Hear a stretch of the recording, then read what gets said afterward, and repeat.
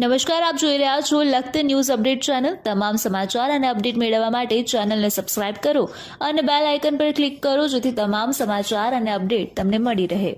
બજાણા police station વિસ્તારના પીપળી ગામ પાસેથી મુજલર બંદૂક સાથે એકને ઝડપી લેવામાં આવ્યો। સુરનગર એસઓજી પોલીસ સ્ટાફ દ્વારા નર્મદા કેનાલ તરફ જવાના રસ્તે આવેલ પાડાવાડી જગ્યા તરીકે ઓળખાતી જગ્યા પાસેથી ઝડપી લેવામાં આવ્યો। સુરનગર એસઓજી પોલીસ સ્ટેશનમાંથી મળતી માહિતી મુજબ સુરનગર જિલ્લા પોલીસ નાયબ મહાનિરીક્ષક ડોક્ટર ગિરીશભાઈ પંડ્યા દ્વારા સૂચના આપવામાં આવે છે કે સુરનગર જિલ્લામાં બિનકાયદેસર હથિયાર લાગતા લોકોની હ્યુમન સોર્સિસના માધ્યમથી બાતમી મળી તેમને ઝડપી લઈ કાયદેસરની કાર્યવાહી કરવી।